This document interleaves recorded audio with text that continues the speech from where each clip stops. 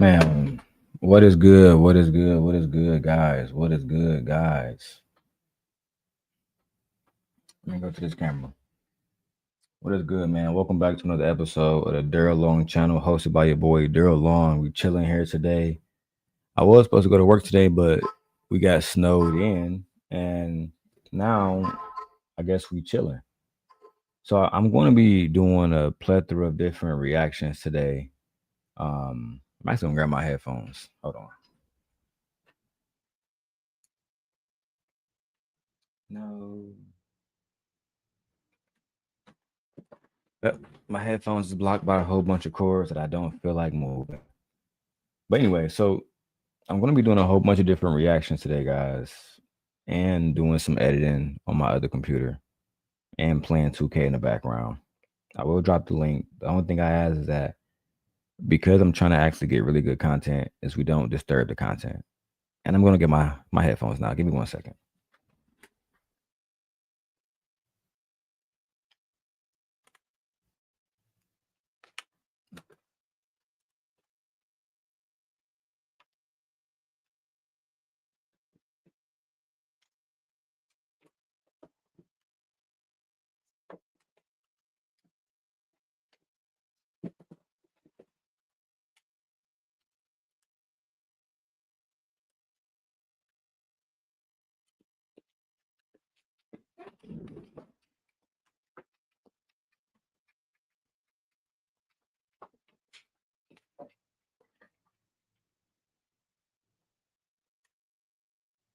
All right, that's much better.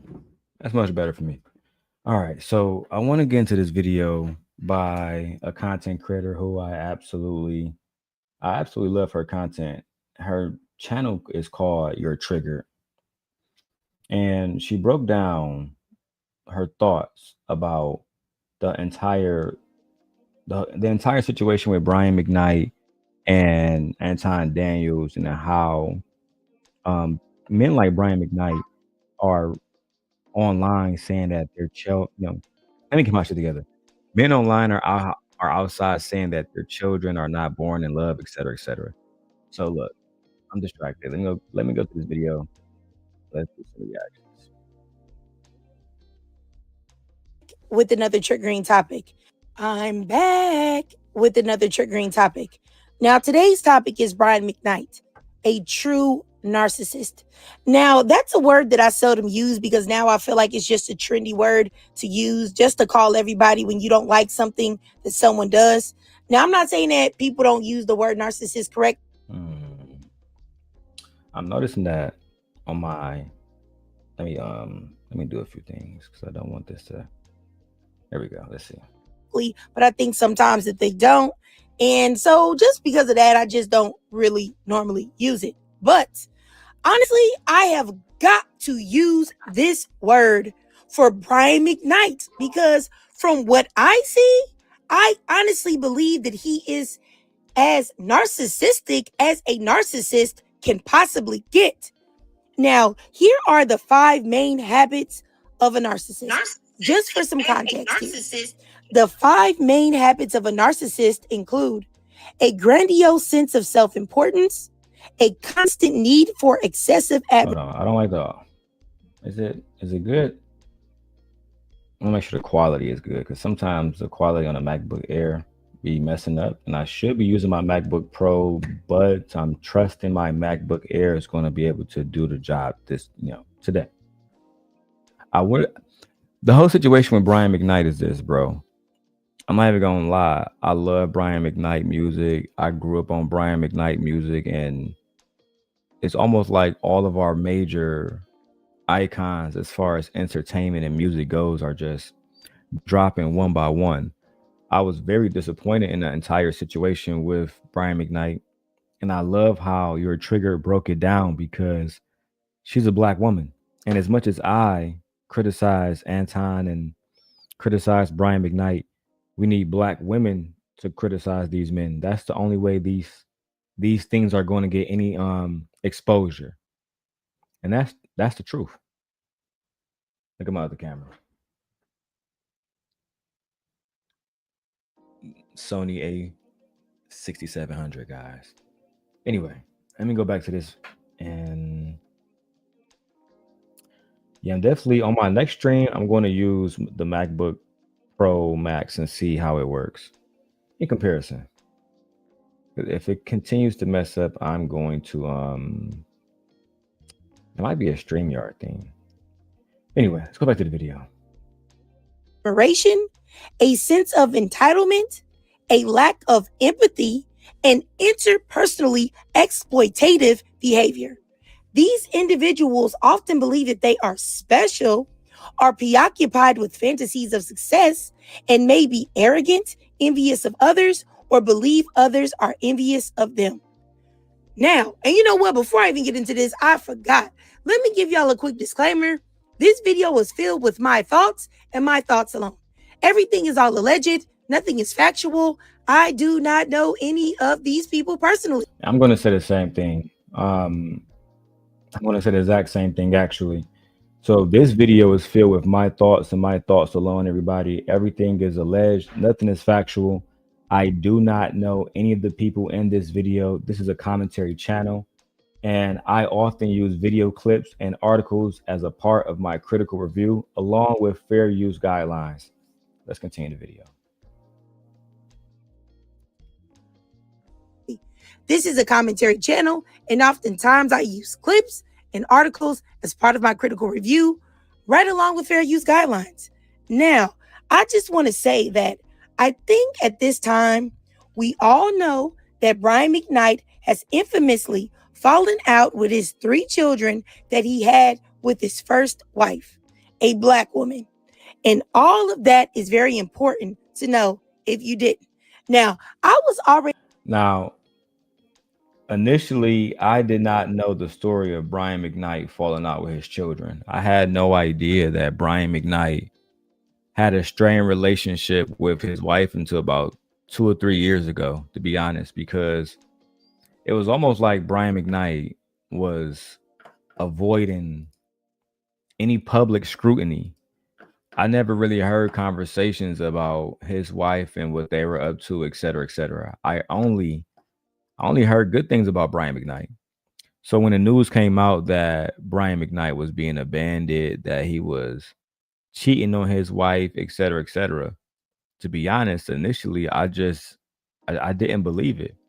It seemed like another ploy to try to attack Black men, to try to bring Black men down. And being a fan of Brian McKnight's, my mother was a fan, you know, my aunties were fans. I'm thinking, no, this can't be true. Until his sons and the children spoke about it, that's when I realized it had to be true. It absolutely had to be true. Otherwise, I mean, he would address it, right? He would clear all these different things up, right? That's what I thought. Let's keep going. He discussed it with how he dealt with his son that was suffering from cancer that recently passed away. Yeah, see, I had no clue that his son had cancer. And I'm not saying Brian McKnight is irrelevant, but I will say, like, I just wasn't tapped into what his sons had going on. I wasn't aware that his sons had this illness. I'm just being dead ass honest. So when that popped up, the first thing as a father, I'm thinking Brian McKnight is going to say is, you know what? I love my children. I'll do anything for my children. I want to make this right. But instead, it seemed like he went on this tirade about how they haven't been appreciative and how he has found a new wife and he's making a new life with them. I tried to listen to his side, but he really didn't make no sense. And after the Anton interview, I realized that Brian McKnight just simply, he has a hateful spirit when it comes to his children. The relationship that he had with the first wife, he allowed it to ruin his relationship with his children. That's just the facts. Let's continue with the video.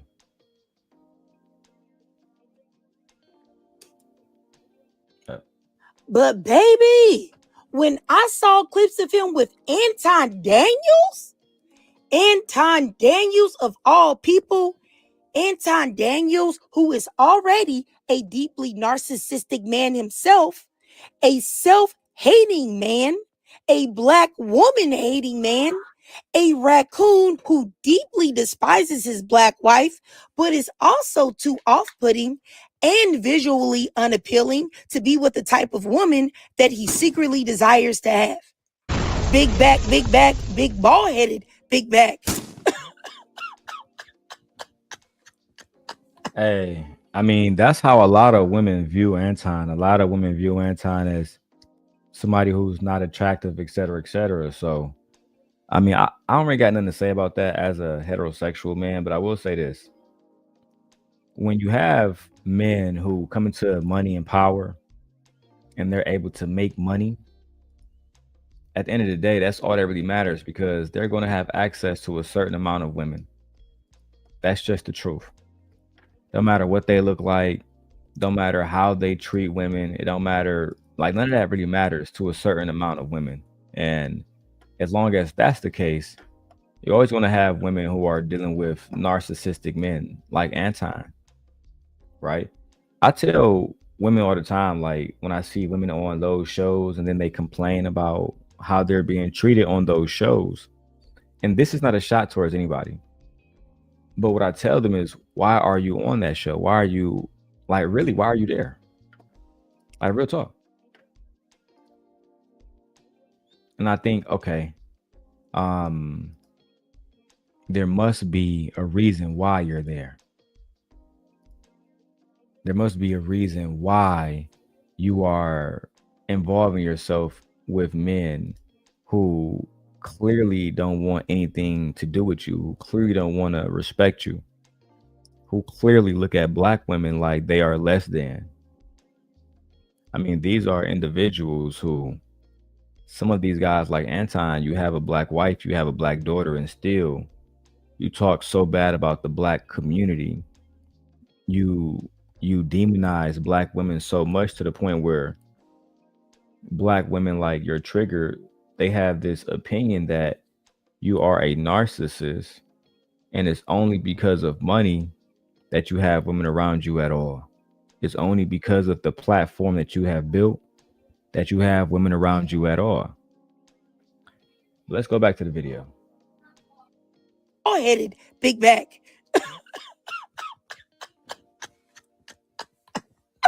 Oh, I really want him to pick a struggle because you cannot be a big back and bald headed and unattractive and mean and always talking about women. Like, what? Please pick something. Do something right, Anton. Anyway, sorry, I'm getting carried away. Let me just keep going. What was I saying? I said that this man is too visually unappealing to be with the type of woman that he secretly desires to have. Let me stop right there. Do you guys believe that? Do you guys believe that the man in the manosphere, Anton Daniels, because that's who we're talking about in this particular video, do you believe that he's not visually appealing to get the kind of woman that he wants? So he shamed women, like your trigger is saying. Like, is there any truth to that? That's all I really want to know. Is there any truth to that at all? Or is this just shaming? Is this just a way to shame somebody who she feels is unattractive? Because clearly he has a wife, so somebody feel like he attractive. Somebody feel like he attractive. Let's keep going, bro. Unless he is planning to finance that woman's whole lifestyle for a crumb of her attention. But I believe that he just seems to be too cheap to probably even do that. So he will probably make his poor black wife suffer with his company for the rest of her life. And that's very unfortunate. But I will say this, I think that it says a lot that Anton Daniels' platform is the platform that Brian McKnight felt comfortable to express himself on. All right, so I want to talk about that. I wish my wife was in here, but let me see if I can get her in here. Hold on, give me 1 second.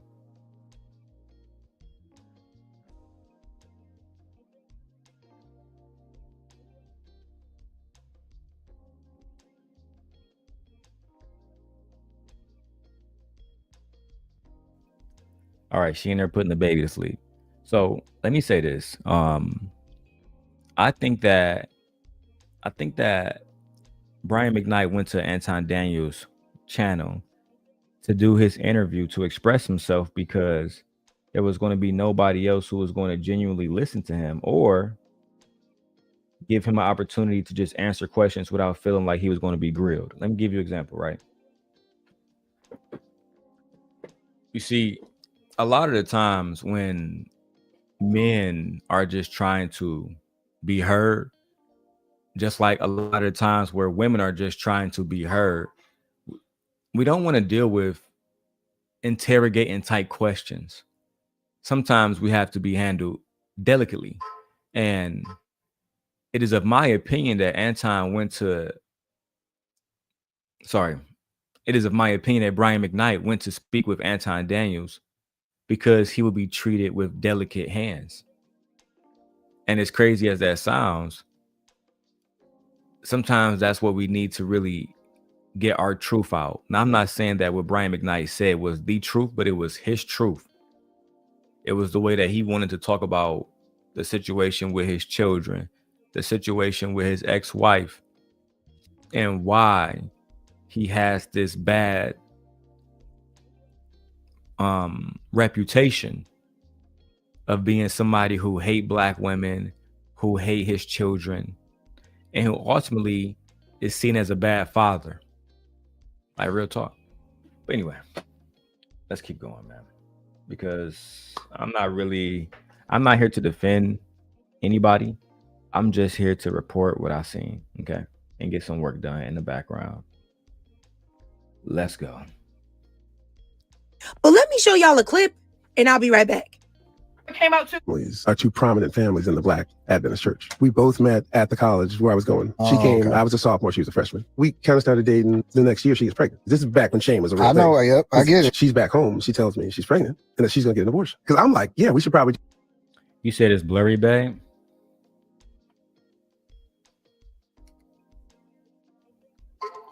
Let's do a content check because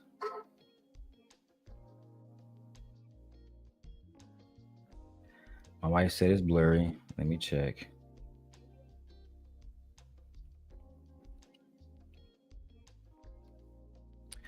Is both of them blurry? Let me check the other ones. Both of them blurry? God damn.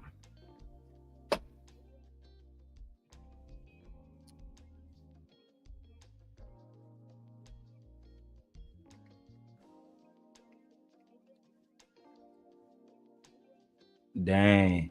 I don't know what to say about it then, babe.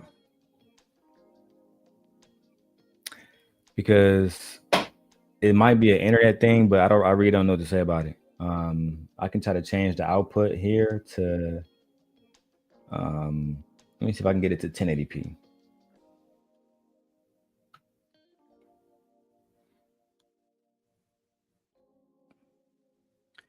All right, so I'm just trying to see if I can get the output to change to 1080p because I want to look as crisp as possible. But this is why I have to continue to build my studio up. We'll see, man. Let me check this angle. Let me check this angle because I don't want to distract from the video. But thank you, wife, for letting me know. I appreciate you.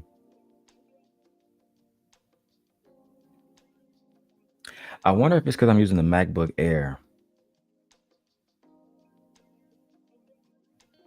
Either way, go. I'm going to continue the video, man, and get some videos done.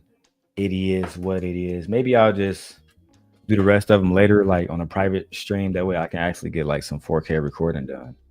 Because it looks so good on my end, but it looked bad on y'all end. That's fucked up. Anyway, let me get to this video. Let's go. You're 18. I'm 20. Company for the rest of her life. And that's very unfortunate. But I will say this, I think that it says a lot that Anton Daniels' platform is the platform that Brian McKnight felt comfortable to express himself on. But let me show y'all a clip and I'll be right back. came out to are two prominent families in the Black Adventist church. We both met at the college where I was going. She came, I was a sophomore, she was a freshman. We kind of started dating. The next year she gets pregnant. This is back when shame was a real thing. I know, yep, I get it. She's back home. She tells me she's pregnant and that she's going to get an abortion. Because I'm like, yeah, we should probably do that. You're 18. I'm 20. Why would we? I'm just about to start this whole thing. Maybe this is the route we need to go. And she agrees. But I'm like, oh, dodged a bullet. I'm going out to sign my deal in California. When I leave there and get back to Huntsville, that's when she called me and said, actually, I didn't have the abortion. So now I'm like, I got to tell my mom. My mother, who played the piano and was singing in the choir every week. You know, in the Seventh-day Adventist church, if your kid has a baby out of wedlock, you no longer can hold any church office. You can't sing up in front. You are held responsible for whatever the kids do. I honored my mother and I tried to do the right thing with a woman that I hadn't even known a year yet. We got married in September, baby in November. We had sort of an agreement. You handle this. Before I give my thoughts, I just want to say this real quick, guys. Shout out to Your Trigger. Make sure you guys go watch her video. Go tap in her channel. I'm going to tag her in the description. That's what I'm doing now. But I will say this. When it comes to the situation with Brian McKnight, there's a few different things that I thought was crazy. First of all, if you guys both come from prominent families in the church, why are you having sex before marriage? Why are you having sex before you actually honor the girl? Let's start there. You wasn't trying to honor her. You was trying to have sex with her. You was being disobedient to God. You were not leading by example. You did the same exact thing that Adam did in the Garden of Eden. Okay? You bit into the forbidden fruit. It's just that simple. You bit into the forbidden fruit, my brother. That's what you did. You didn't tell her, hey, I want to get married first.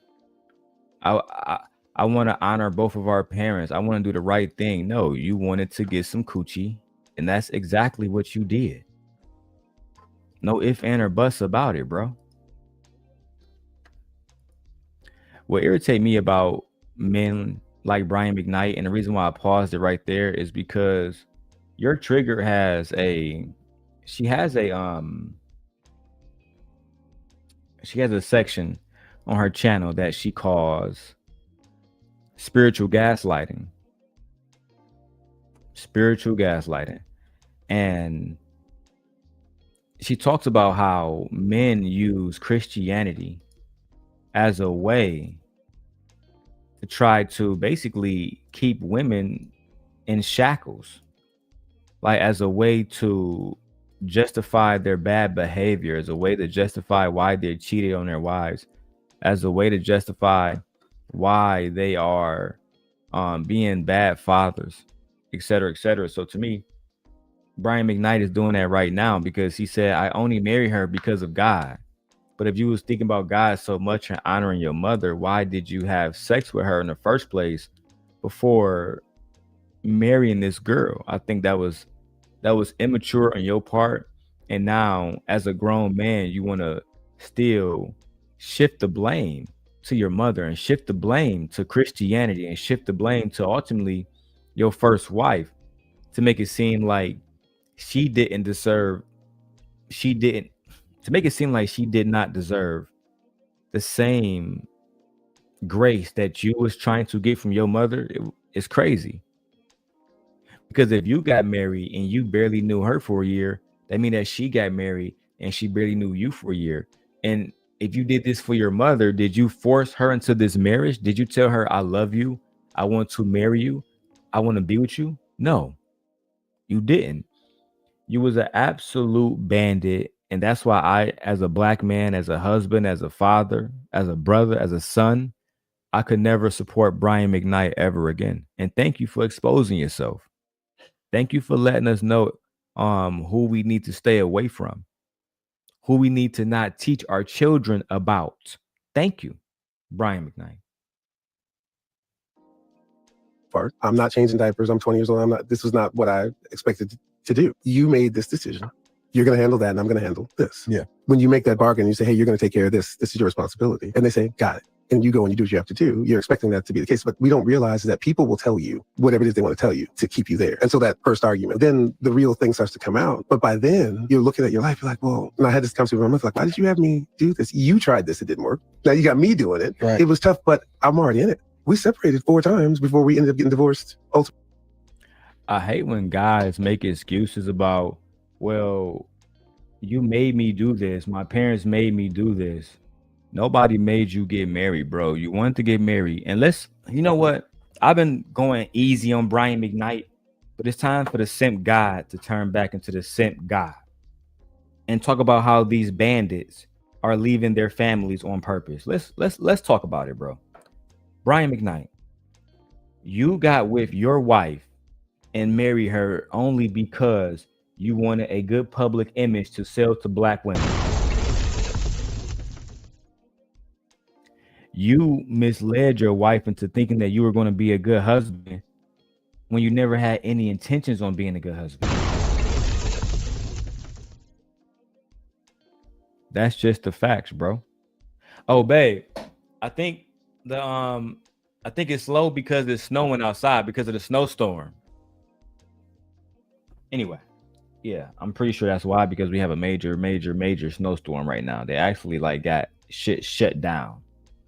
Anyway, man, I get tired of black men making excuses, and Brian McKnight is just another black male who decided to come online and make a fucking excuse about why he is not getting the results as a man that he feel like he deserves, why he's not getting the respect from his children that he believes he deserves. I believe this is something that Brian McKnight should have handled in-house internally. There's no reason for the public to know about this shit at all, Brian McKnight. At all, bro.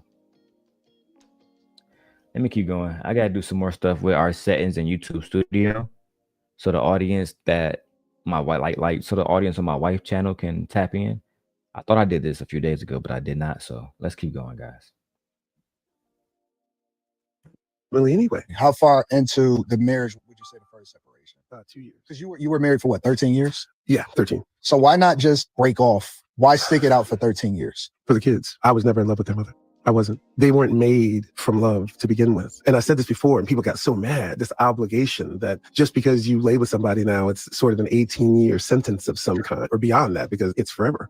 There's resentment there. But at the same time, you do have these children, and you want to try to do your best to do right by them. If we were never supposed to be together like this in the first place, but we have these children, we both have to do what's right for them. And you're right. What we should have done was just separated for good then. What's that nail in the coffin that then leads both of you to come to the conclusion that you guys are no longer good together, regardless of whether or not you have kids or not? I think we all. But the thing about it, though, right, Brian McKnight, is I can genuinely understand that with the first child. With the first child, you know, you guys were young. You have 2 young individuals who have sex. They make a child out of wedlock. They're in this high-profile family they are a part of this high-profile family that's a part of the church, and I get it. You guys felt pressure. You guys felt like you didn't want to be ostracized by the community. But what about the second child and the third child? What about that? Because you was not 19 and 20 at that time.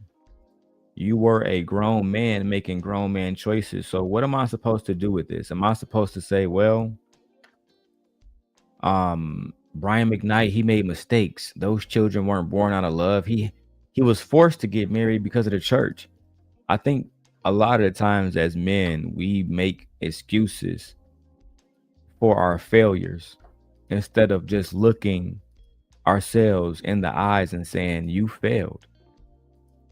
You failed.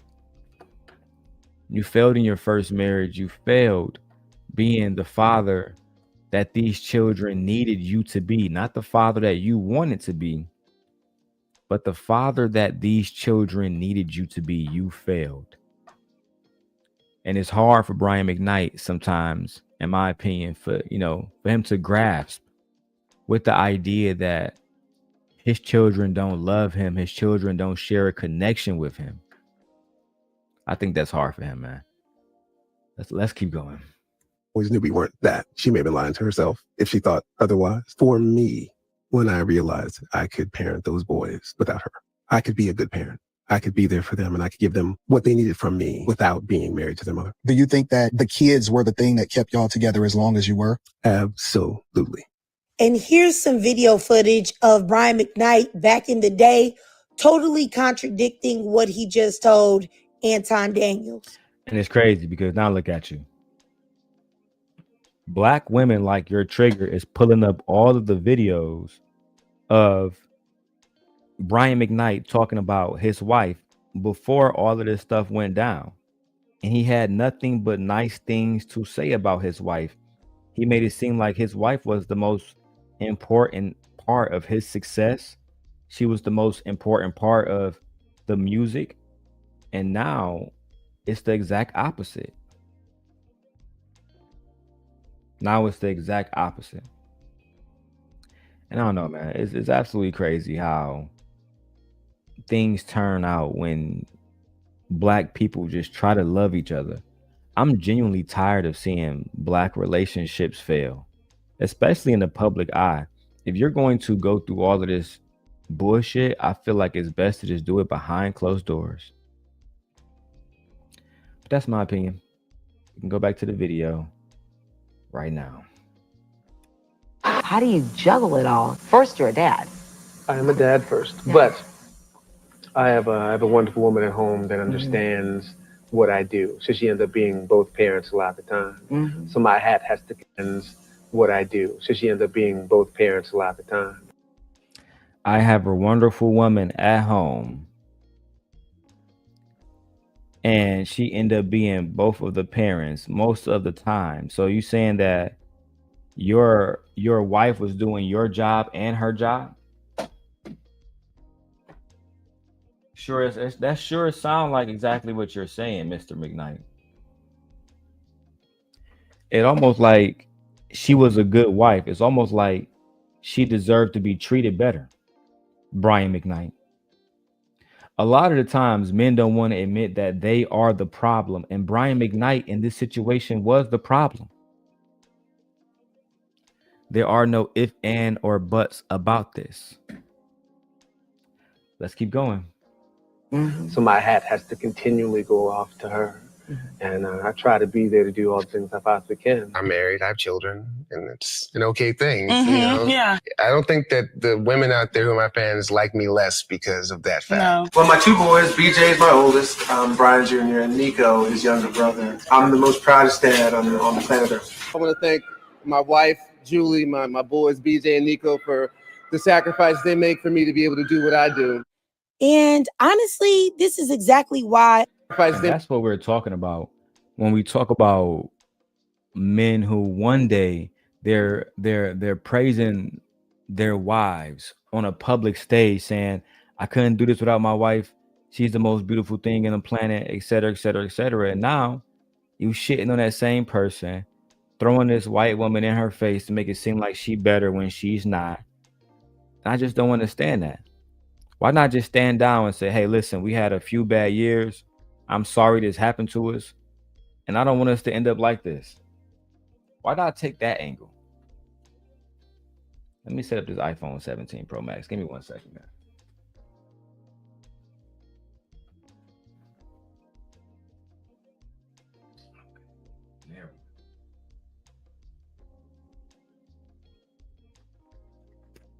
All right, let's get back to the video, man. Make for me to be able to do what I do.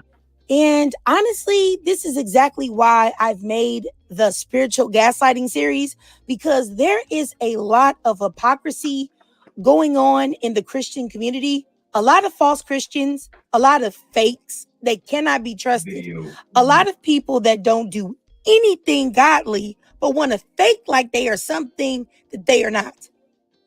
Now, you have a man talking about being in a prominent Christian family that was out here having intercourse with a young woman that was not his wife.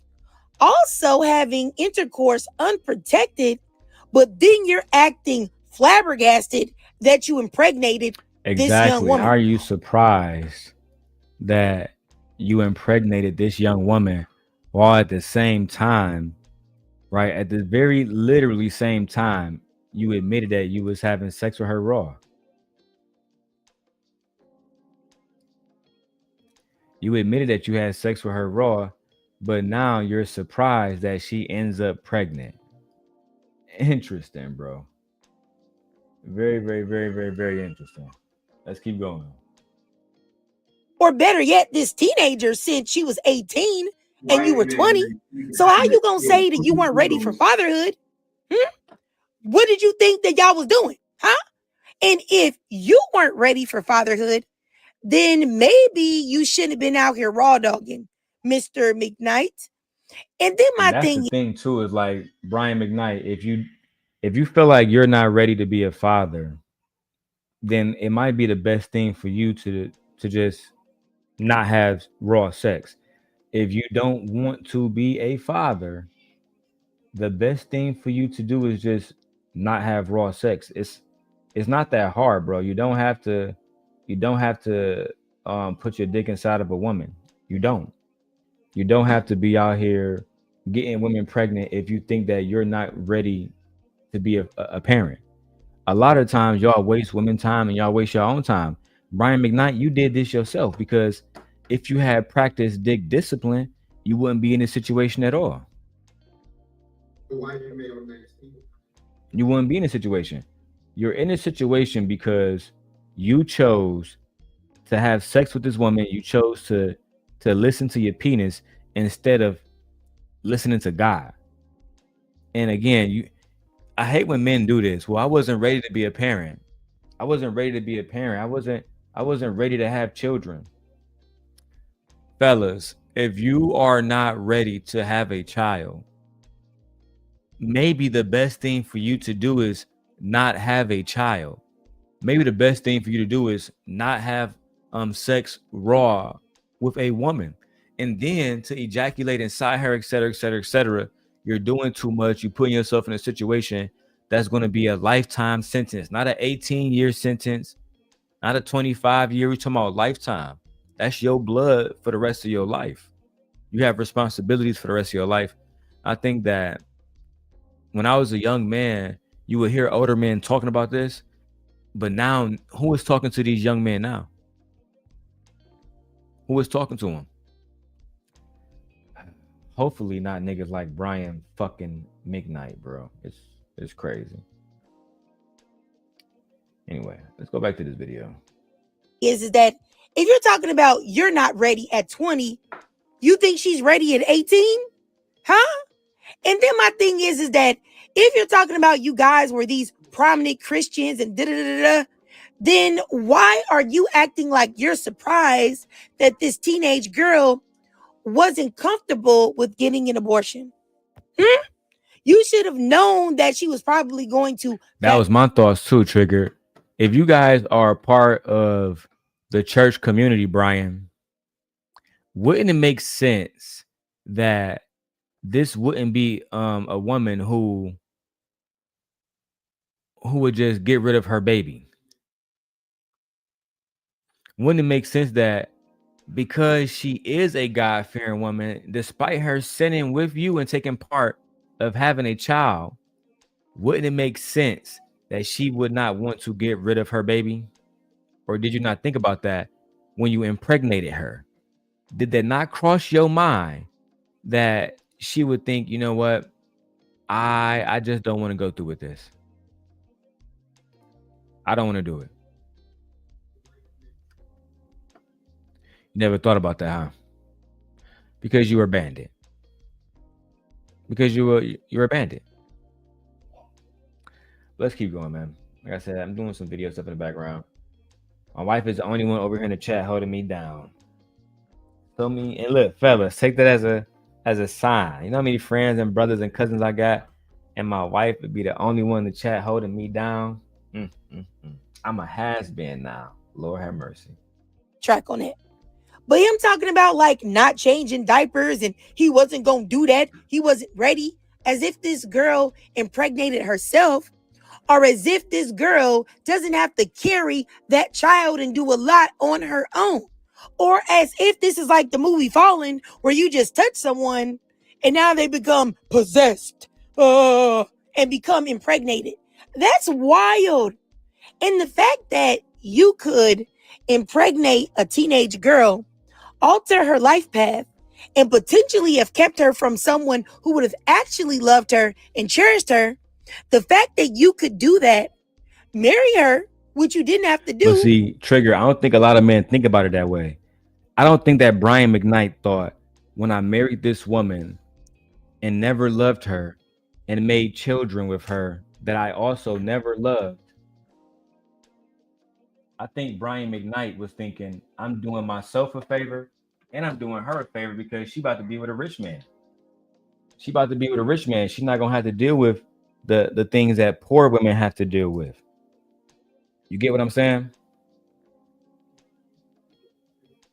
I don't think that he ever thought, well, I'm keeping her away from a man who might genuinely love her. I'm keeping her away from somebody who actually wants to do right by her. I highly doubt that Brian McKnight thought about it in that way. I swear to God. Anyway, let's keep going, man.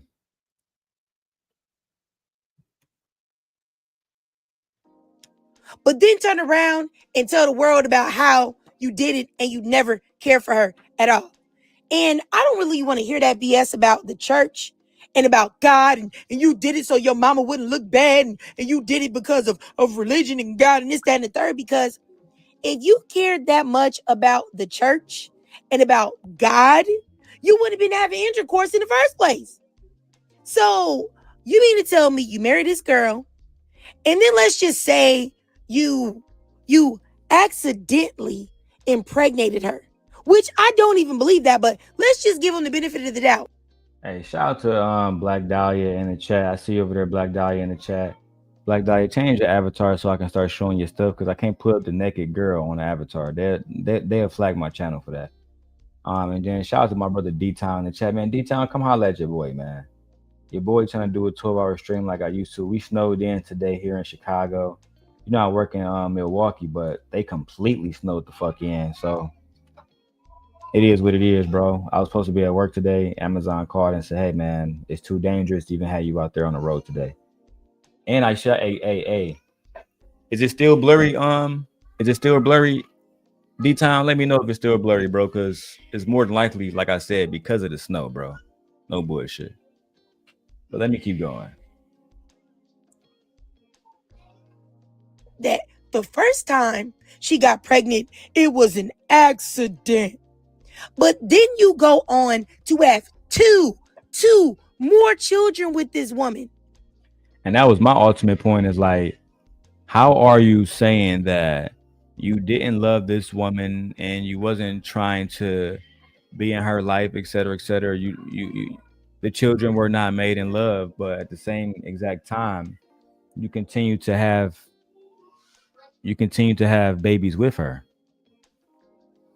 I don't understand that.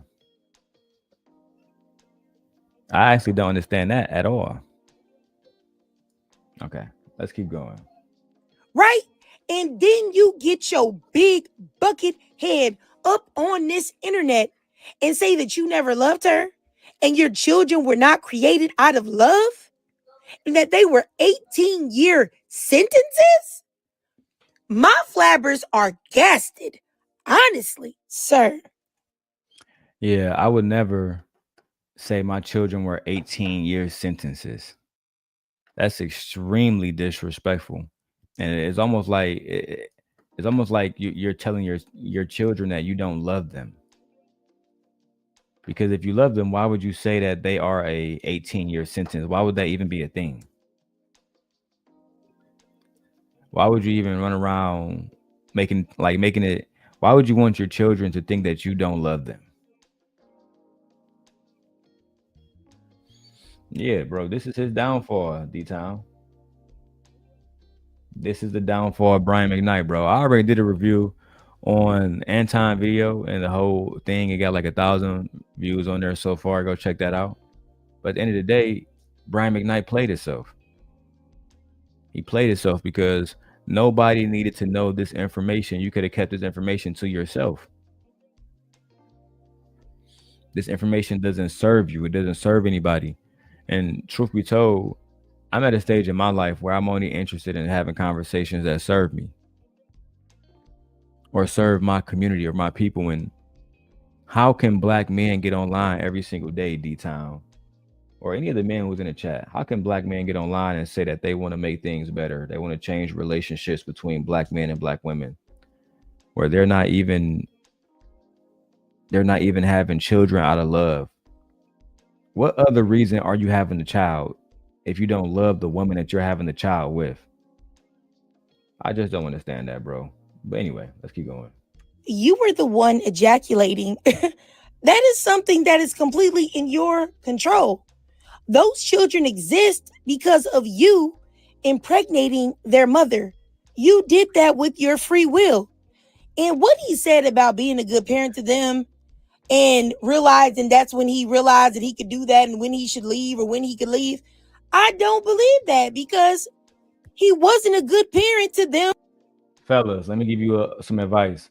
If you don't love a woman and you don't want to do right by her, don't impregnate her.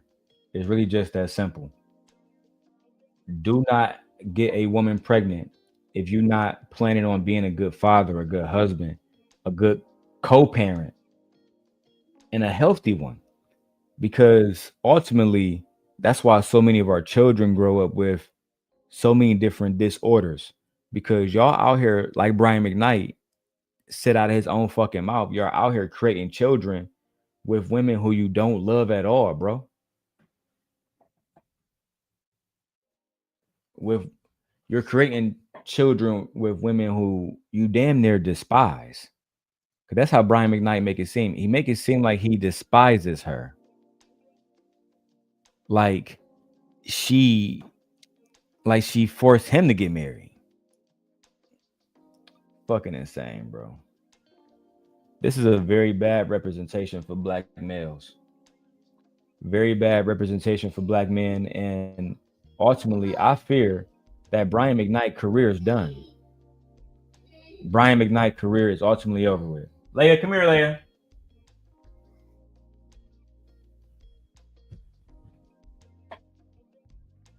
Let's keep going.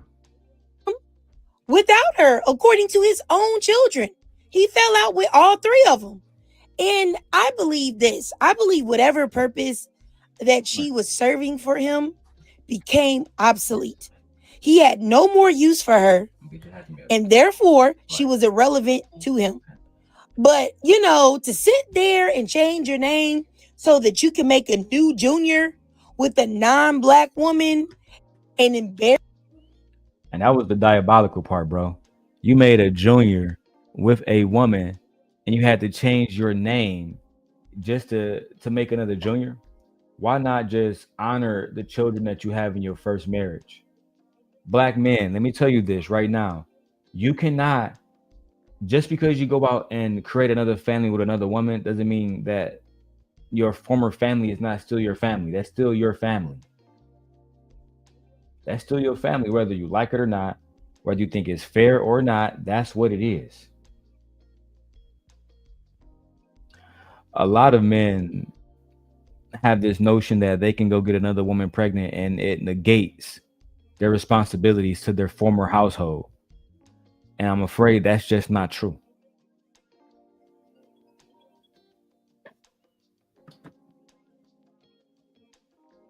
Anyway. Let's keep going. My wife is getting a call. Let's keep going, guys. Embarrass your fully black children, to film yourself uplifting your new Filipina's wife's children from a previous relationship while publicly embarrassing and dragging your fully black children is absolutely demonic. And I honestly believe that a man that can sit there on the internet and say that his children were not born out of love, because if they weren't born out of love, then what were they born out of? That's the question, Brian McKnight. If your children was not born out of love, then what were they born out of? And what message does it send to young black boys, young black girls, that my father had us not because he loved my mom, but simply because he was fucking her. Then he got married, not because he loved her, but because the church made him. Then he continued to have children with her, not because he loved her, but because he didn't love her. The fuck. Let me continue. We got a lot of edits to do, got a lot of work to do, and we're gonna be I'm gonna be going outside too for a second too. I gotta take my stepson to work. Let's go. Hatred? Dislike? You know what I'm saying? Because if you're saying you never loved their mother, then what are you really saying? And why would you say something so destructive and damaging to your children and your ex-wife, especially when you know that your children and their mother are still grieving the loss of your son who passed away from cancer not barely 6 months ago? Like, what? This is crazy. Like, I don't even know if people really think about how truly evil and diabolical Brian McKnight is. Like, he's a monster, like, honestly. And I really believe that he is one of the scariest examples of a narcissist that I have ever witnessed. He is absolutely frightening, in my opinion. He is a literal demon. I think that the word narcissist is used very loosely these days, but Brian McKnight definitely fits what a narcissist is.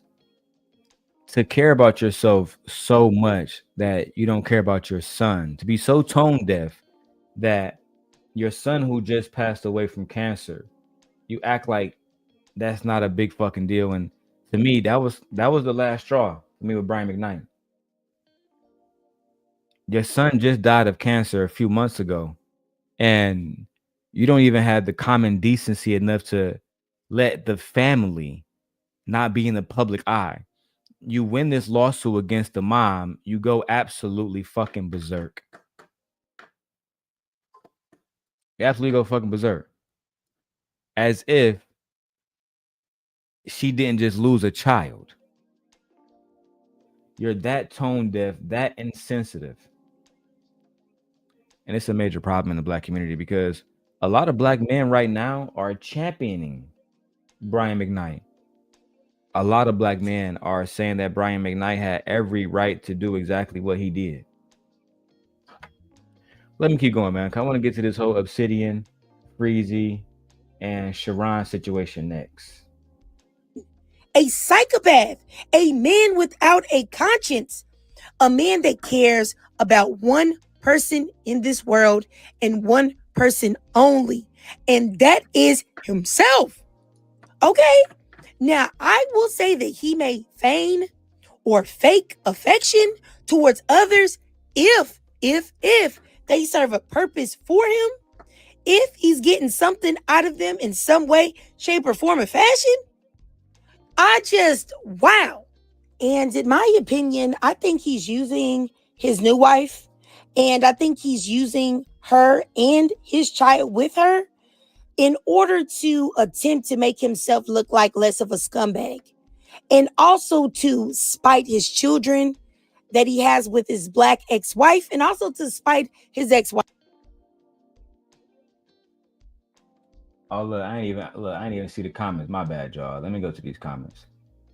D-Town says, man, say you don't know. He don't care. She made it hard, money. She made it hard. So you think his wife made it hard? D-Town, drop the link, man. Come talk to the same guy like old days, bro. I'm rebuilding the channel. Don't worry about it. I'll be back in about, give me a year, D-Town. Give me a year. D-Town says, pay your child support and move on, money. My wife says your trigger is right. Most of them males are low lives and are anti-black. So D-Town, do you think that Anton should have never did an interview with, you know what I'm saying, with Brian McKnight? Wife, do you think that Brian McKnight made a fool out of himself? And let me move my camera because I don't want to be right here with all the comments and shit. Can't even see myself. All right, there we go. I'm cool with that. Let's keep going. And shout out to everybody watching over there on Twitch and Twitter and TikTok and Instagram. I love y'all. Let's go. And, you know, I think that anyone with half a brain cell should be able to see that Brian McKnight is an absolute monster. Now, I just wanted to say this for those who believe in God. Okay? If you don't believe in God, just skip this part. My wife says, I'm glad that Brian is done with the music industry. No, I think the music industry is done with Brian. The music industry is done with Brian. The music industry don't want anything to do with him no more, because what respectable artist wants to work with Brian McKnight today? Nobody. There are no respectable artists that wants to work with Brian McKnight today. That's just the truth. And it's because how you treat your children say a lot about how you do in business and everything else. If you're not a good man to your children, how can I be assured that you're going to be a good business partner to me? How? I don't know, man. I think that's Brian McKnight's problem. And that's why this is the downfall of Brian McKnight. But this is for those who believe in God and who may be a Christian. I believe in God and I am a Christian myself. But there are a plethora of fake Christians that have us out here looking crazy because of their hypocrisy and their evil deeds. But it is supposed to be like this. It really isn't supposed to look just like this. They're actually supposed to be the majority. The fakes, the phonies, the ones that say one thing and do another. Please know that. And do not allow these demonic, devilish human beings to stumble you. But anyway, Brian McKnight, I honestly believe that he will become a prisoner in a jail of his very own making in the future. I think he already there, Trigger, because his music is not selling the way it used to. His audience has all but abandoned him because they just don't want to deal with the bullshit. They don't want to deal with the bullshit. And I really don't blame them. I don't want to go to a concert singing songs about love, knowing that this man don't love his wife. I don't want to go do songs about love, knowing that this man don't love his wife, don't care about the one person that he should care about in his life. Hey, babe. Babe. Babe. Is Aegon asleep? Okay. Let's keep going. Because a man with character as bad as his is will never, ever, ever be truly happy in this world. Now, it may not happen today. It may not happen tomorrow. But karma will eventually knock at this man's door. The way he has treated his first wife, Julie, and their children will not go unanswered. But I digress. If you watched this whole video and you truly enjoyed it, then please do me a favor and drop a 2 down below in the comments. And you already know why, because what? Brian McKnight is boo boo. And if you can't donate to my Cash App above to help support the channel, that's no problem at all. Just do your girl a free favor. Follow me on TikTok. I do live stream there exclusively. So if you want to talk to me, have a chat with me in real time, that's the place to go. And also follow your go follow your Trigger, man. Go tap into her channel. I fuck with Shorty. She really dope. Her content is dope. She's one of, in my opinion, the best female content creators out there, bro. If not one of the best content creators, period, out there, bro. And now let me go ahead and drop these the comments to let her know that I watched to the very end, because I'm solid. I'm so solid, bro. And bro, if y'all can see my system over here, it's crazy. Let me show y'all a little bit. So y'all see I got this second monitor. That's how I'm watching all of the YouTube videos on, bro. And it's crazy. Like, I really love, like, my setup in here. Me and my wife, we are doing great things. Let me see. Great video. Me and my wife. Oh, wrong thing. Wrong fucking one. Great video. Great video. Me and my wife love this channel. All right. This is my iPad right here. I'm edited on. Clearly, that's the PS5 right here in the background, etc., etc. So anyway, man, make sure you guys are tapping in. If you guys are enjoying the stream, I would definitely love to hear more from you guys. All right. Anyway, now I'm done with the Brian McKnight video. Let me go find Freezy's video. Mumia Obsidian.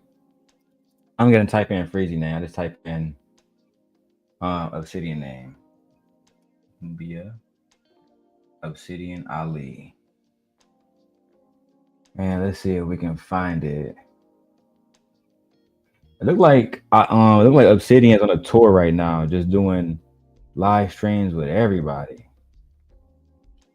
And look, when I type in Freezy, when I type in Obsidian name, Freezy video don't even come up, bro. Oh my god, bro. I don't want the one from 5 hours ago. I want the one where Sharon was on there talking crazy. Where's the first one? Did he put it on members only? 4 weeks ago. I think this is the one.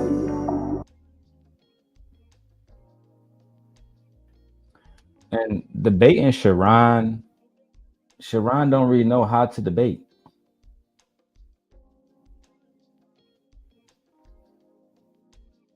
All right, man. I'm sorry, guys. I'm sorry I'm taking all day. Let me show you guys what I'm over here doing.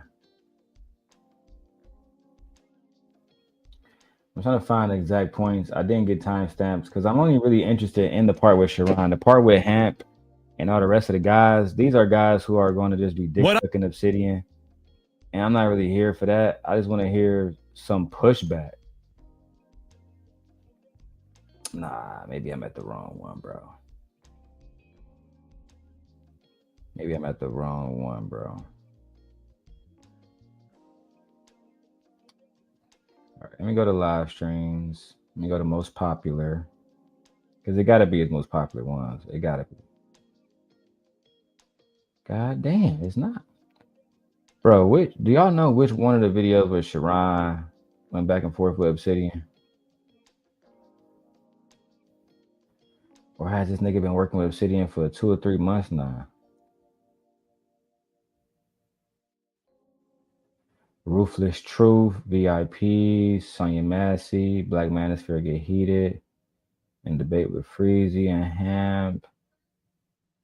The Rise and the Fall of the Black Manosphere. Let's see what this one's about, bro. I'll be on my way to. Cause if I can't find the specific part, I don't really want to do this shit.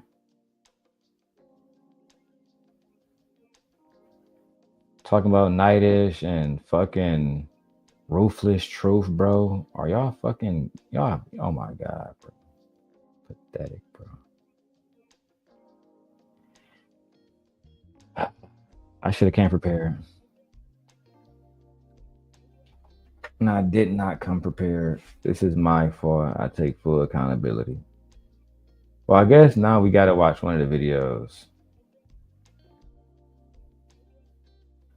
They did a 11-hour live stream just yesterday. Obsidian was up here breaking certain shit down. And the first person that came up was Uda. Did Sharano come up on this stream? And what's the highlights of this shit? I ain't trying to watch these niggas all fucking night. Ain't no fucking way, bro. All right, so while I look for this stream, bro, I would say this. The downfall of the Manosphere was this. the manosphere has no more relevance. The manosphere has no relevance at all because, in my opinion, really old people like y'all.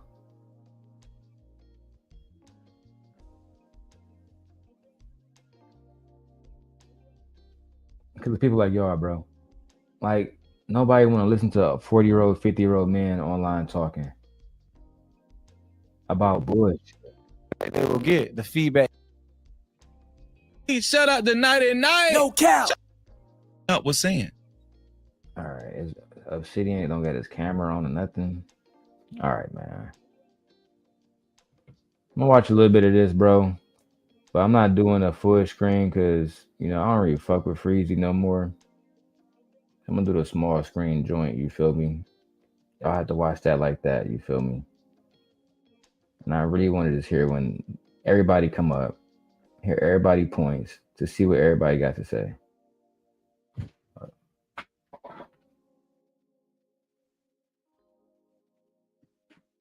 No, see, he reviewing. No, I'm not about to do this one. This is a review when he talked to him. Fucking, this might be risky. I think he put that shit on members only, bro. No cap.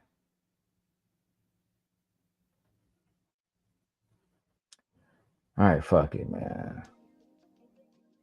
I just do this one, bro. Because I'm not about to be here all night. All right, Freezy. Right, for those who don't know. Once again, shout out to the birthday. For those who don't know, Obsidian is considered basically one of the goats of the manosphere. Like one of the men who directly built the manosphere itself. You feel me? So let me do a little something to change out the video. There we go. Cause I don't even want to have Freezy on here at all. You feel me? We can just do the video like this, and we're gonna do let's have a good reaction. Let's go. Man, it's always a blessing. I say it's a blessing to get older. It's full of wisdom, you know. These young bucks, they always try to pick at us old guys, Obsidian, but it's a blessing to make it to our age. What you say about that? Well, you know, there's a very interesting quarter zip movement going on. You know, I wear quarter zips and cardigan sweaters, and I got turtle for the night. But you know, and there's a lot been talking about that. And there's this idea that's been floating around that there's supposed to be some kind of schism between, I don't call them YNs, I call them young men in the black community and older men or more mature men or gray foxes in the black community. That hasn't been my experience. In my experience with the Black Manosphere Conclave, about 20%, something like that, between 20 and 25% of brothers are between the ages of 18 and 25. And we've had nothing but very... That's sad, bro. That's sad that y'all are on here signing up for a conclave to go learn how to get women from Obsidian, bro. Like, and Freezy, what is the point outside of you clout chasing? That's all you doing. You're clout chasing. This video isn't going to help anybody. It's busy. This video isn't like y'all not helping nobody over there talking to Obsidian, talking about the manosphere. You know what the manosphere is? Let me go find my. Matter of fact, I'm right here in front of my other computer. What am I doing? Where's my manosphere script? You want to talk about the manosphere? I got you. I got a whole script prepared for the manosphere.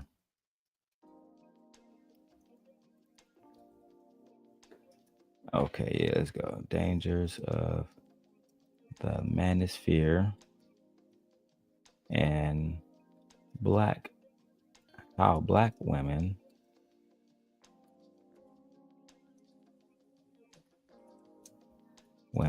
are impacted. Yeah, let me go get this document ready because we're gonna break down why the manosphere is dangerous, why the manosphere is ineffective, why the manosphere has had negative implications and negative impacts on black people and on black women, why the manosphere, why they have misogynistic points of views, and why ultimately they have failed. Manosphere content is really just I hate women content. There's no deeper level than that. It's surface level, it's trash. Because a lot of times they don't want to have conversations genuinely. And I'm going to break it down using one of their gurus, Obsidian. And Obsidian has been on my show once. He's welcome to come back, right? But I want to have a conversation genuinely about my thoughts and my thoughts alone. So let's keep going. Positive experiences with them. Brothers come out to the younger brothers come out to the conclave. They get STEM training in the high tech. And they get a chance to fellowship with older brothers. Many of them kind of, we don't have any formal type of mentoring system, anything like that. It's very informal. Guys just kind of. We don't have any formal mentoring system. It's very informal. Just say you don't mentor these boys. That's all you got to say. Just say that y'all are there to talk shit about women in general, not even just black women. Y'all are there to talk shit about women, period. And to say that y'all are there to have some type of brotherhood. The thing I hate about the manosphere is it's not a brotherhood. You're going to single out other men. You're saying that simps are not allowed. Men that love their wives are not allowed to hang out with y'all. And we can't teach y'all how to have a successful marriage like I do. I don't understand that. Anyway, let me keep going with the video. I haven't even watched the video. Let's go. Gravitate to a brother, an elder brother that they look up to and admire, and they kind of shadow them over the weekend. It's been very positive. So I mean I can't speak to everybody's experience, but in my experience and those of my conclave brothers, we've had nothing but positive experiences with the young brothers, and I am elated that young brothers are dressing the part. A big part of success is a big part about a success is showing up for it. Yeah. And one way that you show up for it is how you look. And my good friend and dearly departed brother Kevin, I affectionately refer to him as Saint Kevin. He talked about the power of image and the importance of image, the black male image. And Coach Prime said it best. When you look good, you feel good, and when you feel good, you play good, and when you play good, they pay good. It's good enough for Coach Prime. It's good enough for me. These men are just selling y'all niggas wolf tickets. They've been selling y'all wolf tickets for so long that y'all don't even see it, bro. I don't know too much about what Obsidian got going on now. And I didn't watch Freezy's first interview with Obsidian. But unless we're having a conversation about the young lady Kimberly, I think her channel is For Harriet, then we're not really having a conversation. Obsidian, this man right here, was kicked off YouTube, right? Was kicked off YouTube because he harassed a black woman. Now, why did I bring that up? Because I know at some point, right, because they're going to ignore me today. But when the channels start to pop again and start to do numbers, you know what they're going to say? Well, Darrell, you was kicked off YouTube for doing this to a black woman and doing this to a black woman, blah, blah, blah, blah, blah. But Freezy won't talk about how his homie right here, Obsidian, he was doing the exact same thing. Except he was actually brought to court about it and convicted. Now, they don't talk about that.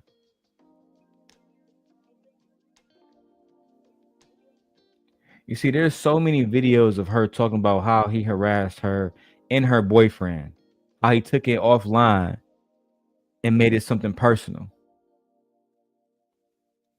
This is why I don't really, get into the manosphere content no more the way I used to, because a lot of those guys out there are just snakes. That's just it. They are just snakes. There's no ifs and or buts about it. Anyway, man, let's go back to that video.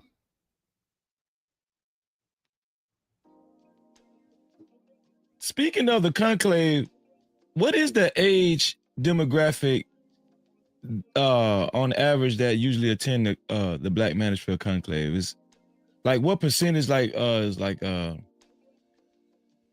would you say like is well on the our younger biggest side? our biggest actually it's older. Our biggest crowd by percentage, and this is based on last year's exit surveys. We did one this year for our conclave in Miami, but it hasn't been released yet.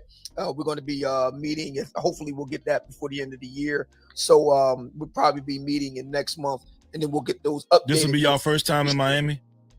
Yes, we was in Miami in September. But reading from the numbers from last year in Houston, 32% of the brothers are 55 through 64. Whoa. From last year in Houston, 32% of the brothers are 55 through 64. You said 35? 32% of the brothers are 55 through 64. Boy, so it's a whole bunch of old men between the ages of 55 and 64 years old. I don't understand that, bro. Why are y'all old men going to Manosphere conclaves to meet this guy, to meet Obsidian? Have you, like, bro, I don't understand how y'all have fallen so far from grace to the point where you can't even get a woman to say hi to you, and you don't know how, to the point where you got to go talk to other men. I've never been in that situation. I thank God every day for my wife. I thank God every day for my mother and father instilling confidence in me, so I don't have to come online begging Manosphere daddies to teach me how to be a man. Because it's low-key absolutely insane. 35% of y'all from the ages of 55 to fucking 68 basically are going to Manosphere conclaves and doing what? After you go and talk to these men in a Manosphere, what do you learn? Do you go back home and apply, right? Because knowledge is only powerful if it's applicable. So do you go back to your hometown and get all the pretty girls to submit to you after you talk to Obsidian? No.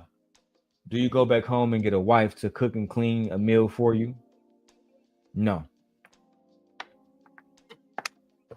You don't get shit. Except Obsidian get money in his pocket. He get a book sold to you.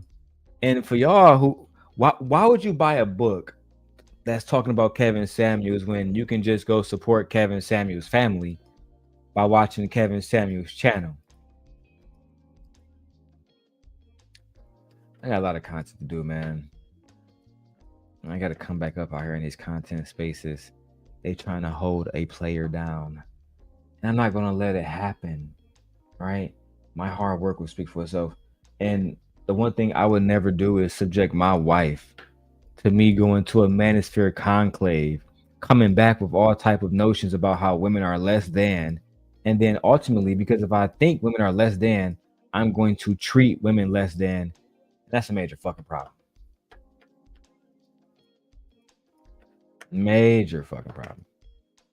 Let's keep getting some work done. 28% 35 through 44, and 24% 25 through 34. 25 through 34. So your hold on, man. So your biggest audience was your oldest audience. Your biggest portion of people that was there was the 55 to 70-year-old niggas. That was the biggest portion of men that you had there, was the 55-year-olds. Again, like I try to tell y'all, let me get my food. You know, my wife, I usually eat factor meals, but my wife, she made food for me today. You feel me? So I got the mac and cheese with the with the baked beans, with the spaghetti, with the ham. You know, y'all don't eat like this, right? Some of y'all niggas out there, never mind. I don't want to start nothing, man. Let's keep going, bro. Can't believe y'all. Largest group is in the 55 to 64 age group. We have brothers of all ages. Is in the 55 to 64 age group. We have brothers of all. I said that. The largest group of men at these manosphere conclaves are senior citizens. Hear this nigga speak. But reading from the numbers from last year in Houston, 32% of the brothers are 55 through 64. 28% 35 through 44, and 24% 25 through 34. 25 through 34. So our largest group is in the 55 to 64 age. Yeah, we know. The largest group of men that participate in Obsidian's fucking manosphere conclave is your grandfather, your great eight uncle, right? Your old neighbor next door, 55-year-old to 64 is your largest participation. You know why? Because at 35 years old, I didn't need y'all to get married to my wife. I didn't need y'all at all. The only thing I needed to do was make sure that me and my wife is happy, and that I do right by her. Some of y'all don't even have no wives in that sector. Some of y'all have no wives in that sector, bro.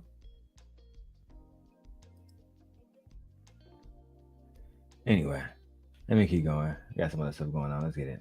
We have brothers of all ages, all backgrounds, all over the world, not just the country, the world, all over the world. And we're all united in the pursuit of excellence in all things we do. I mean, we cover everything. STEM training, a lot of guys making really good money. Style. How you covering STEM training with no doctors? There's no doctors at these conclaves. And if anything, we need to actually send the federal government over there to check y'all out, because it's giving fraudulent behavior. How are you training doctors? And these niggas just said that they're training black men at manosphere conclaves on stem cell research. You know, I get so sick and tired of the manosphere type of men that come in these spaces acting like black women and most of the fucking world can't see that we're not doing nothing. The idea that Obsidian, you're teaching somebody stem cell research. Black men have a way of just saying something and talking about something and believing that we're going to believe that they know the fuck they talking about. You're not a scientist. Do you have a degree in stem cell research? You know what? Our image, health, mental health, physical fitness, self-defense, both the pew-pew and the non-pew-pew variety, you name it. We covered the whole gamut. And now we're starting to appeal to sisters too. We had a 5F conference. That's fit, feminine, friendly, faithful, and fun. We had our very first one. Hold on, whole gamut. And now we're starting to appeal to sisters too. We had a 5F conference. So they have something that they call the 5F now. Okay, fill me in, man. Fill me in. What is that? That's fit, feminine, friendly, faithful. Feminine, friendly, faithful, and fun. We had our very first. And fun. Hold on. The whole gamut. And now we're starting to appeal to sisters too. We had a 5F conference. That's fit, feminine, friendly, faithful, and fun. We had our very first one in Miami. Fit, feminine, friendly, faithful, and fun. Okay. Fit, feminine, faithful, friendly, and fun. Okay. So you're not having a seminar on how she can be smarter and more intelligent so she can know which, information to put into your child. You're having a seminar so she can be more fit, more friendly, more feminine, more fun. And you niggas are 60 years old. We just confirmed that the biggest portion of your fucking manosphere conclave is 55 to 64-year-olds. Okay, so 55 to 64-year-olds are collectively coming together under the leadership of Mumia Obsidian Ali, or Mumia Obsidian Ali. And they're going to a manosphere conclave not to teach men that women are equals, not to teach men that women deserve to be treated like black queens, which for the most part, I genuinely agree. Like I'm like a 97% rate. There's only a few straggle ass bitches that kind of fuck me up sometimes. But 98% of black women that I have come across are genuinely good fucking people. Nevertheless, you have these 55 to 64-year-old men coming together to teach women how to be fit, feminine, friendly, exciting, fun, bullshit. Oh my God, bro. This is why pre-recorders are so much more fun, because I will have a chance to say cut, smoke a blunt, and just give a chance to, for myself to actually, what have black men become? What if black men become?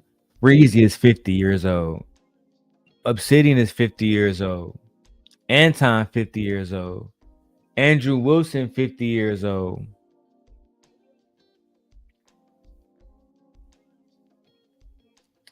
I see why my wife is the way she is. Real talk. Let's keep going, man. I don't want to prolong this one. It seems like I'm getting a whole bunch of fucking nothing here. I mean, already we've got sisters coming out of there pairing off with brothers from the conclave. So really, it's really, really great. Oh man, that's enlightening, man. Shout out to No cap. Hold on. Pairing off with brothers from 5F conference. That's fit, feminine, friendly, faithful, and fun. We had our very first one in Miami, and already we've got sisters coming out of there pairing off with brothers from the conclave. So really, are they married? Really great. Hold on, sir.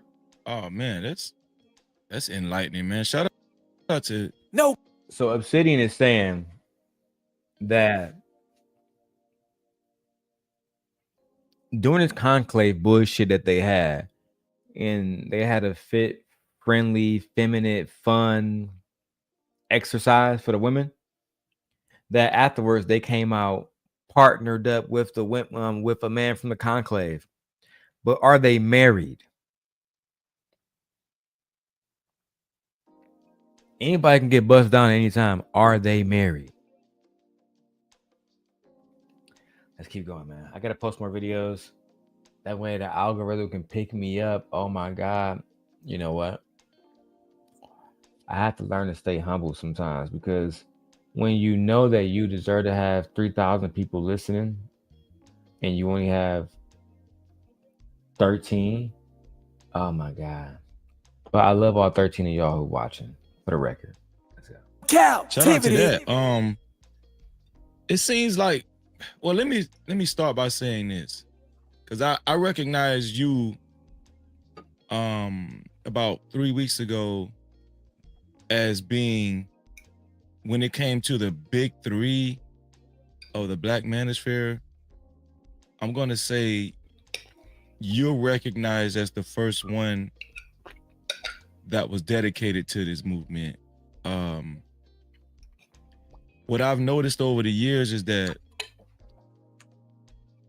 what I've noticed over the years, Freezy, is you've grown to be a bitch.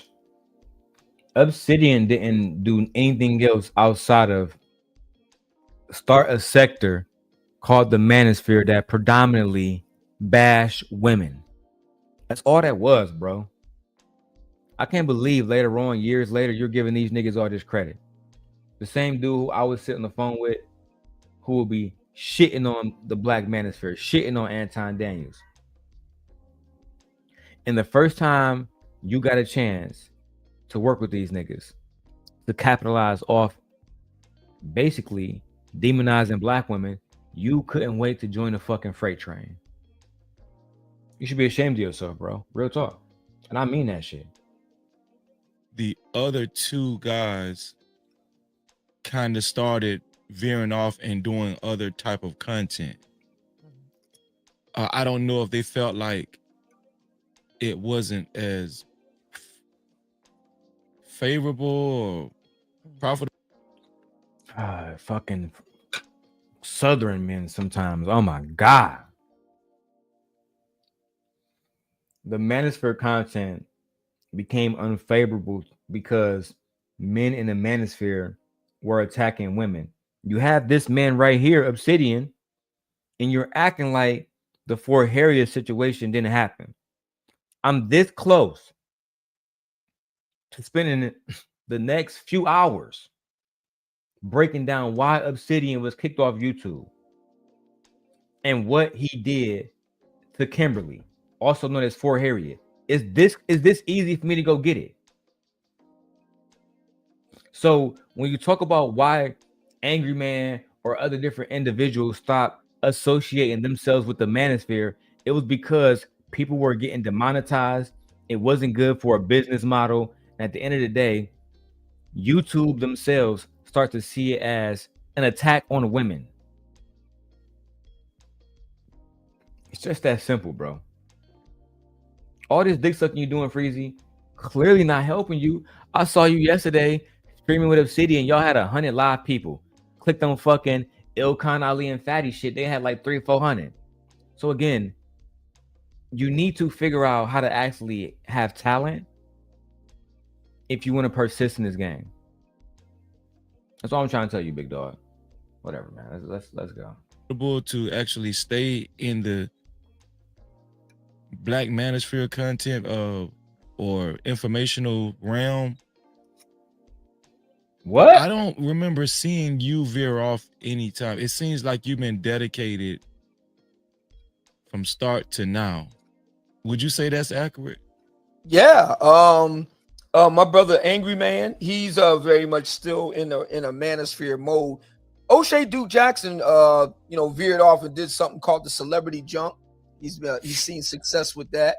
I think it's a great thing that the three of us that started out together at around the same time 10 years ago, we all kind of branched off and went and did our own things. I was approached to kind of be a part of what would become the Black Manosphere Conclave, and I leapt at the chance because I was like, wow, this is really a great opportunity 5 years ago to bring this, what we're doing online, into the real world. And my heart is with Black men of all ages and all backgrounds, all walks of life. I want to see Black men live richer and full, literally richer as well as metaphorically, richer and fuller life. What are you doing to make those men money? I'm willing to bet nothing. I'm willing to bet that you are doing nothing at all to help them actually make money.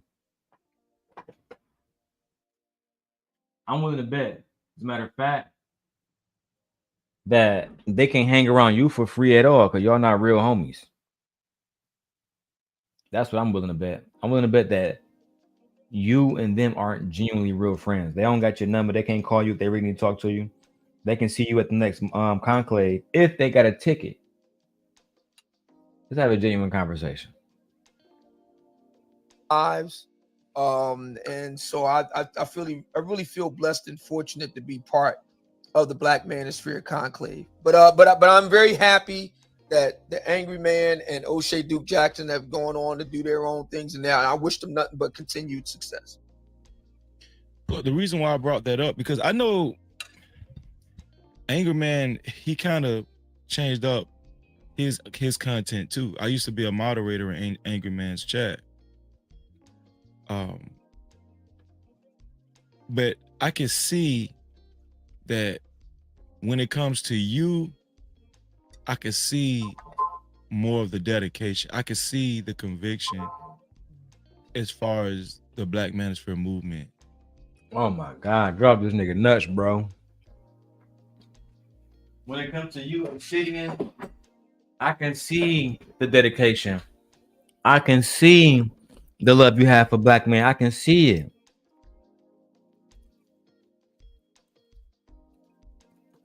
I can see the dedication.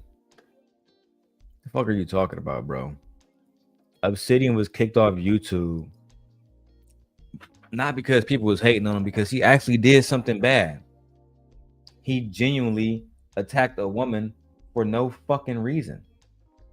He genuinely went after her boyfriend for no fucking reason.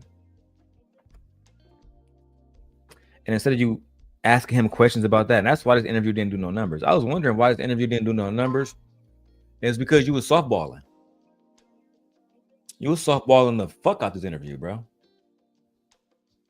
Uh-oh. Camera getting heat. Camera getting hot. Let's go see how long that lasts.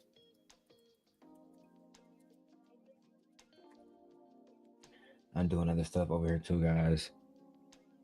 I just don't understand it, man. I don't understand it at all.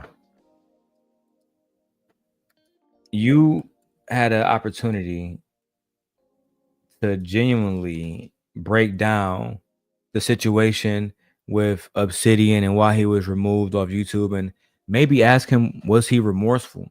Would he do anything differently?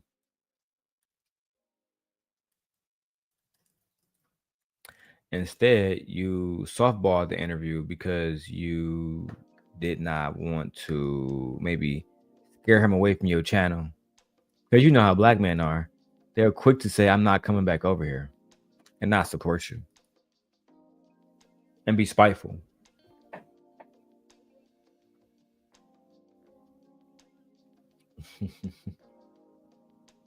Look, shout out to my wife being the only person holding down the chat for the sim guy. God damn, let's go. Not saying that, you know, they weren't dedicated to it very much so, especially at one point in time. But I will say, honestly, I've seen more consistency throughout your span in comparison to the other guys or whatnot. And that's not saying anything negative about them. You know, people have to do what they have to do, what they feel like was best for them. But I also want to ask you this, as far as last week in the conversation. How did you feel like the conversation actually went?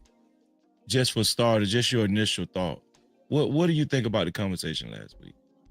Well, you know, a lot of people have strong feelings about me, strong feelings about what they think they know about the conclave, strong feelings about the Black Manosphere overall, but mainly strong feelings about me.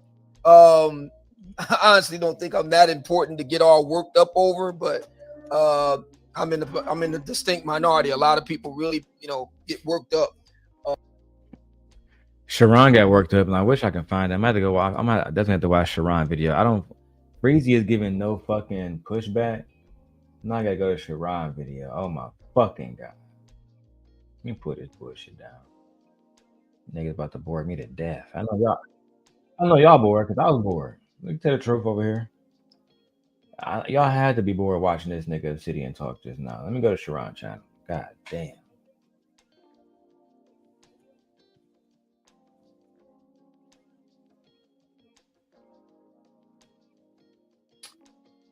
Let's see what Sharon versus Obsidian.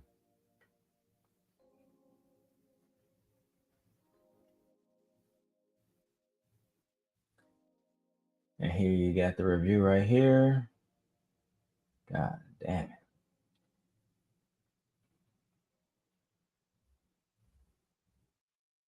Q Butter came up there. Sharon, you only got 3 comments on this video? All right. At least Sharon got the fucking video up there, bro. Jesus Christ. All right, let me review this while I get some work done in the background. That's just what it's gonna be, guys. All right. Put this on full screen. I think I'm gonna do what I was doing. I think I'm gonna do this one. I don't have to see the full. You guys can see the main participants right there is Obsidian and Sharon. Let me go. I'm gonna stop my other camera real quick. All right, I'm gonna turn this off and let this cool the fuck down. All right, now that I got what I wanted, which was Sharon and Obsidian, let's go ahead and get this party started, which is basically me talking to the camera myself and reacting to videos. Let's go. What is up with this goddamn baby oil thing? What does this mean? Why do y'all call him baby oil Udo? What did he do with baby oil? Please, somebody put me on so I can understand. But without further ado, let's start it off by breaking down this sad, sad man. And I think it's always funny because when they call somebody sad, right, they always say, I'm feeling blue. And look at his appearance. He has a blue light on him, dressed in a blue hoodie and a blue Yankee fitted. Oh yeah, I'm gonna have to find the original one because see, Sharon don't make no fucking sense. He talk like he's married to a white person. That's what he talks like. He talks like he's married to a white person, bro. Who even thinks about the blues in that way? But anyway, man, let me keep going. I got videos I gotta add. It's so sad, and he's sad because out of the last 2 years of his life, he's been following the Manosphere talking point, and now he's in solitude. He is single and clearly not in shape because the Manosphere talking about getting in shape. They doing blood work. I know on that one I agree with Sharon. The niggas is not over there getting in shape. That's a lie. Most of the guys over there in the Manosphere are low key completely out of shape. And that goes from Anton Daniels, he's fat. Obsidian is fat. Angry Man is fat. Most of the niggas over there is just they old, bro. I can't even really go off on them like on these dudes because they old. You know what I'm saying? I would feel bad talking any shit about somebody like most of these dudes is 55, etc., etc. These dudes are weak, bro. And they're gonna stay weak. Let's keep going. Shicey bomb, ba ba ba.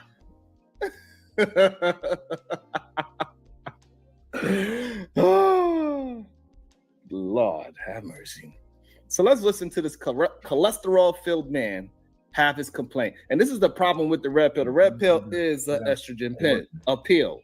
And this is the part that they don't want to talk about. And this is why they be feeling this way. This is why they have so much female emotions, right? And it's not good for a man to be so imbalanced that he is mainly in his feminine. And see, and that's the issue, right? So when we call a man a girl, it's not to say that it's something wrong with a female, but it's something wrong with a male acting as if he is a female. Something wrong. That means what Sharon is trying to articulate is that sometimes men have bitch tendencies. I would never say he's acting like a woman. Men have bitch tendencies. That's what it is sometimes. Sometimes men act like bitches. Period. There's no if, and, or but about it. Sharon is one of them. Sharon is one of the men that every now and then he says some shit that makes some sense. But most times he's acting like he's on his cycle. He's acting like he's having his period. That's just the facts. Let's keep going. This chemical is imbalanced. And we see that a lot of men in the manosphere, they have a chemical imbalance. They are some, I'm not going to use the B word. A lot of men in the manosphere are some unstable creatures.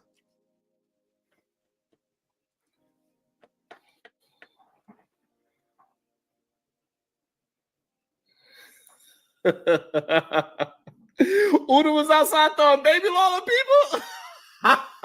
Oh my god, I gotta buy Freezy membership. Fuck it, bro. Cause get to the fucking video, Sharon. Let me speed this shit up. 1.5. God damn it. Oh, you just. I love y'all so much. Oh, not Uda throwing baby Lola on people. That is hilarious. Lord Jesus. All right, let's go. Shout out to Edie Man Williams for his $2 super cap. He said, "This is their leader." Damn. Yes. Yes, No captivity. Yes. Brutal Reviews. Thank you for joining the show. What questions do you have for our brother Mumia Obsidian Ali? Look at him. He don't even know he on mute. Mic check. Can you hear me? Yes, sir. Yes, sir. Yes, sir. All right. Hey, shout out to everybody. Peace to everybody on the panel. Okay. All you fellas. You gotta have Obsidian, how are you?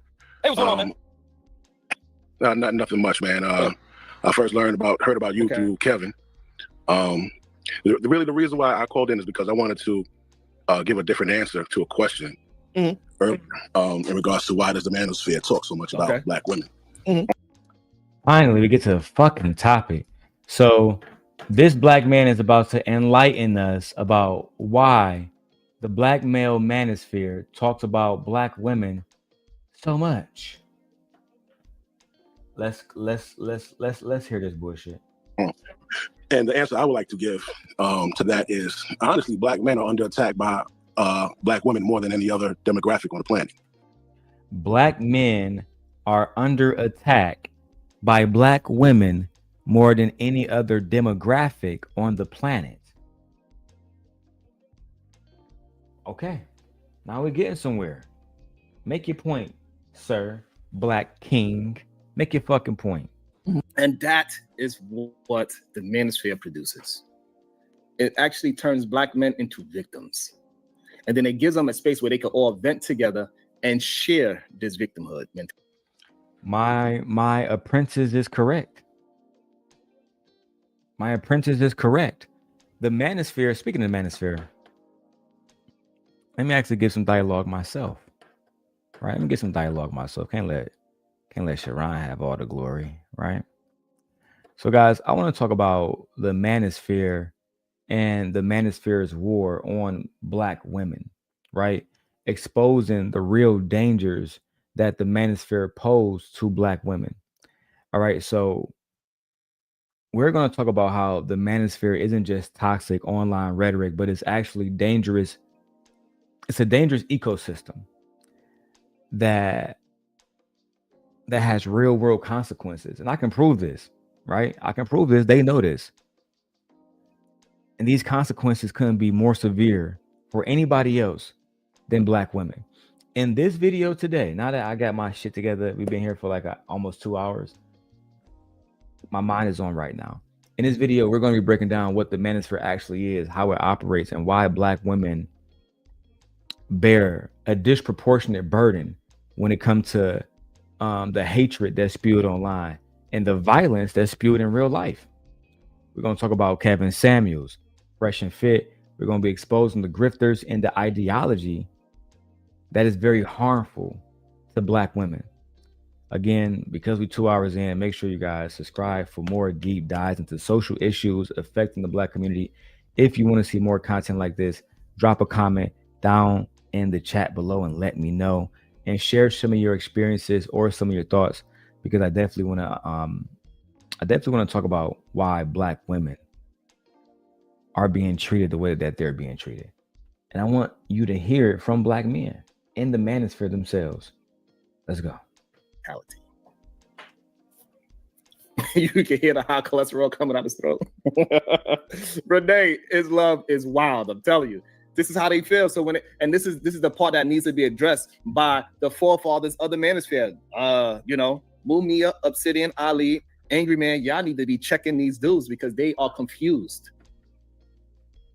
They believe that y'all are not just pointing out degenerate behavior within our community. No, they think that they are under attack by our black women in the community. And they have a certain kind of resentment for damn near all black women in the community. And y'all not recognizing it and y'all not checking as it. Checkinizing it. What the hell's a checkinize? I don't know. The fuck are you talking about, Sharon? Checkinizing it? Just when you thought you left the manosphere in good hands, you get this bullshit. That's what I'm talking about, bro. But I am happy to know that, Sharon, you get a timestamp. This was 5 days ago, so I can go check Freezy video from 5 days ago. But for now, we'll react to yours. But you got to start correcting these men that's in the dark, that is feeling blue, feeling lonely, got a lot of estrogen around their neck. You got to get these young men to walk 15 minutes this way and 15 minutes that way. Do at least 2 push-ups a day, and that will help get the estrogen away. And maybe they could get to 10 and 20. Than any other demographic on the planet. When just last week. And the main problem is, instead of Ali correcting. Yeah, I can't watch Sharon video, bro. I just can't do it, bro. It's too much commentary, etc., bro.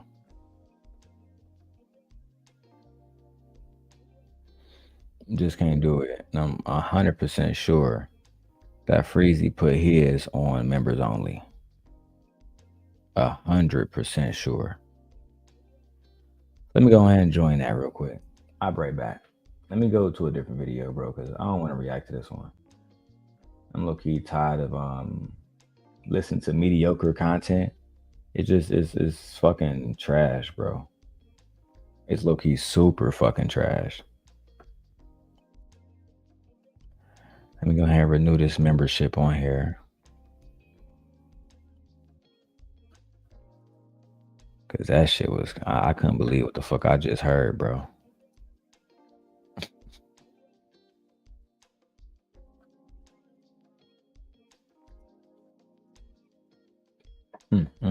That shit made me want to end the stream. Shit then it blew my high, bro.